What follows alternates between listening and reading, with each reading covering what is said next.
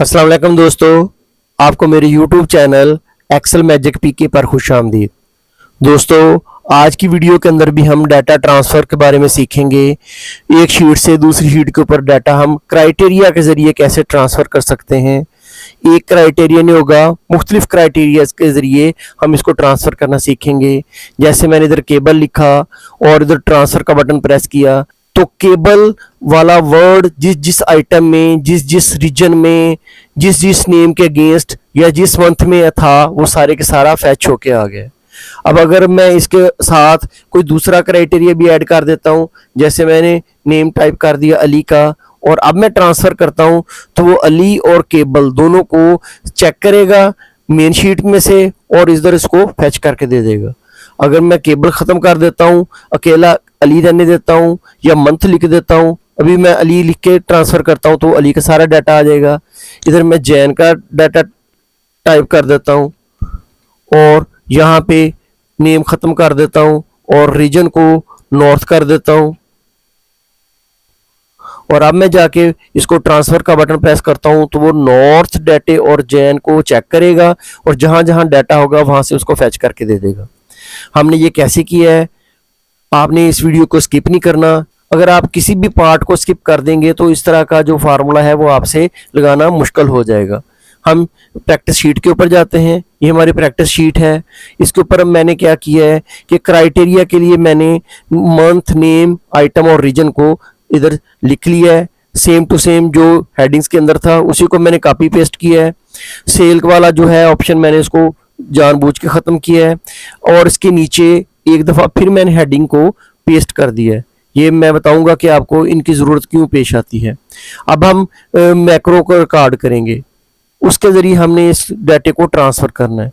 Macro क्या होते हैं? मैक्रो आपके हर एक्शन को, जब वो स्टार्ट हो जाते हैं, हर एक्शन को अपने अंदर कोडिंग के ज़रिए कोडिंग के अंदर सेव कर लेते हैं। अगर आपने किसी एरिया को सिलेक्ट किया, उसको बोल्ड किया, उसको कलर कर दिया या उसको कोई पार्ट को डिलीट कर दिया तो वो अपने कोडिंग के अंदर उन एक्शंस को सेव कर लेगा और दूसरी शीट के ऊपर जाके अगर आप वो परफॉर्म करेंगे तो वो एज इट इज़ ही परफॉर्म करेगा। उसी जगह पे जाके कोई कलर करेगा वर्ड को, उसी जगह पे जाके कोई डिलीट करेगा, यानी सारी की सारी जो फॉर्मेटिंग जो भी उसके अंदर कोडिंग के अंदर चली जाएगी वो उसको अपने अंदर सेव कर लेगा।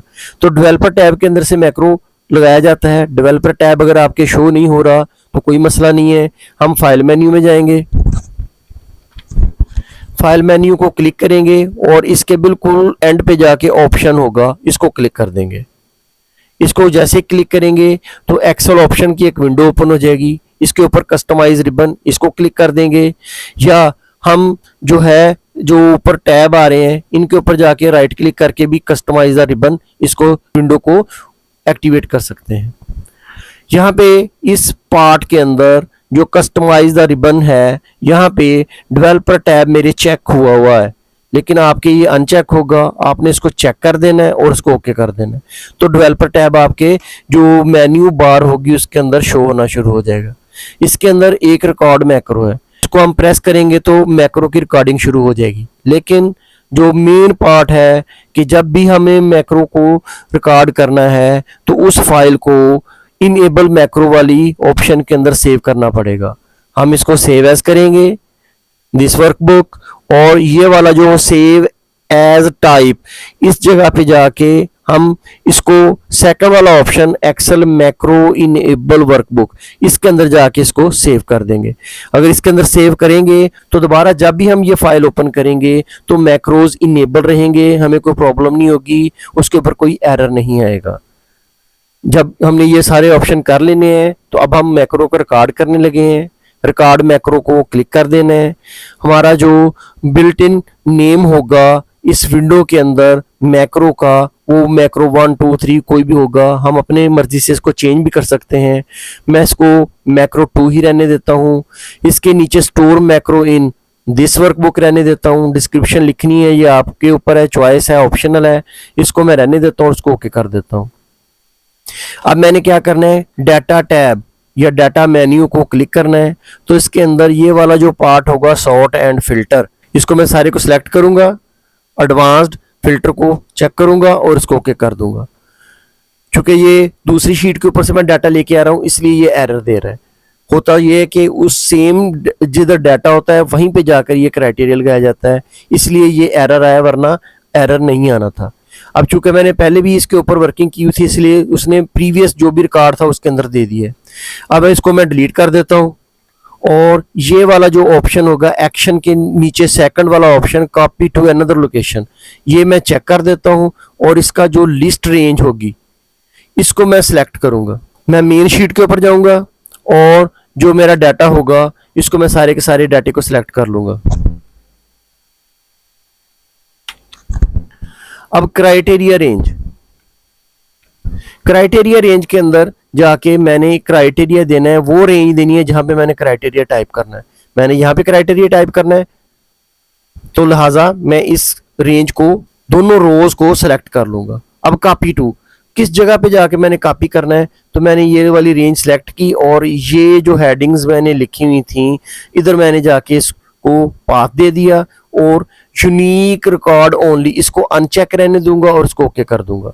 तो ये देखिए सारे के सारा डाटा इधर फैच होके आ गया। हमारा काम हो गया। अब कि हम मैक्रो को स्टॉप कर देंगे, इसके ऊपर जाके राइट क्लिक करेंगे और असाइन मैक्रो, इस वाली ऑप्शन को क्लिक कर देंगे, और मैक्रो 2 को चेक करके इसको सिलेक्ट करके ओके कर देंगे। तो मैक्रो 2 जो है वो इस पार्ट के ऊपर, इस शेप के ऊपर लग गया है। ये शेप क्या है, ये शेप मैंने सिंपल शेप इंसर्ट जो शेप्स हैं वहां से जाके रेक्टेंगुलर शेप जो है वो इधर पेस्ट की है, और इसके अंदर राइट क्लिक करके ऐड टेक्स्ट किया, और यहाँ पे मैंने इसको ट्रांसफर वर्ड लिख दिए और उसको सेंट्रलाइज कर दिया। सिंपल है और कोई इसके अंदर मैजिक नहीं है। अब हम इसको परफॉर्म करके देखते हैं। मैं इसके ऊपर नाम लिख देता हूँ, अली लिखता हूँ, और जाके इस ट्रांसफ़र बटन को प्रेस करूँगा तो देखें अली नाम के जितने जिधर भी सेल थी, जिन जिन रीजन में थी, जो जो आइटम्स थी, वो सारे के सारा डाटा फैच होके आ गया। अब अगर इसके साथ मैं मंथ लिख देता हूँ, जैसे मैंने मार्च का मंथ लिख दिया और साथ अली रहने दिया है, तो अब मैं इसको क्लिक करता हूँ तो देखें मार्च, अली और उसकी सेल जो थी, आइटम जो थी, रीजन जो थी, वो सारे का सारा इधर फैच होके आ गया। हमारी मर्जी है कि हम इसके ऊपर कौन कौन सा क्राइटेरिया के जरिए इसको फैच कर सकते हैं। उम्मीद है कि आपको मेरी वीडियो पसंद आई होगी। इसको लाइक कीजिएगा, दोस्तों में ज़्यादा से ज़्यादा शेयर कीजिएगा, और सब्सक्राइब करना ना भूलिएगा। खुदा हाफिज़।